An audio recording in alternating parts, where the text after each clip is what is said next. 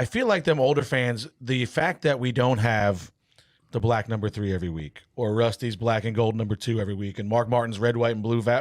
I felt like have we become just less identifiable? Like you don't relate. There's nobody. I don't think anybody runs the same paint scheme every week. I remember the All-Star race used to be great because that was the one race where you'd have a different paint scheme. Now we do it every week. Do you think that's where people lose some of that connection with their drivers and like that? You look at that black number 3, that's Dale Earnhardt, or 100%. You know what I mean? Yeah, and I'm going to use his name because I know he won't mind. Ed Laukus. Toyota was good to me. They're a great company, and I've been to a lot of their plants. They love working at Toyota plants. They really do. But Ed Laukus, who was in charge of motorsports, never forget, he looked at me right now. He goes, he says, boy, these different paint schemes are going to ruin NASCAR. And I said, keep going. He says, well, everything's identifiable. Like you just said, the black number 3. I mean, there were times we didn't even say the name Earnhardt. It was just the black 3. I mean, you could literally, and nowadays you could go hashtag black 3.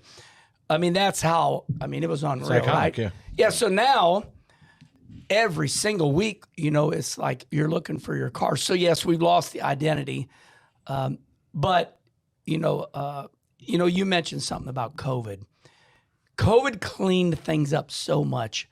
You mean to tell me as a driver I can show up here at Darlington and sit in my car and with my fire suit on and I can go straight to my car, my race car, and we can drop the green flag and everything's fine? Yep. That destroyed us because it used to be man and machine. Oh, my car's not handling it. Hey, Tommy Baldwin, I'm loose getting in. Well, next practice session, we'll get it. Yeah. Fans were showing up early. There was stuff in the midway. You had action. There's too much access to everything as well. Back in the day, the only access there was to get to the track and do everything, right? As all these,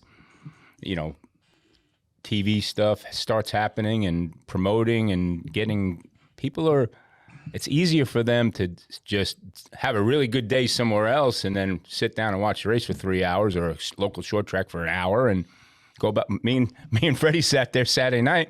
We watched the Seekonk, the modified tour race. It was 55 minutes, right? We were done. All right. We'll just see you awesome. later. Yeah. It was just like we didn't have to. Back in the day, we probably would have been stupid enough, got in our car and drove all the way up to Seekonk and went and watched the race, right? But now we just sat there. I think I had a beer and a half. The race was over. I was gone. You didn't cop a bus. No, I was gone. Our night. Yeah. But, flow and dirt vision are just phenomenal. Love it, but it's just it's like it's kind of like at the point now. It's they're here, right? Yeah. And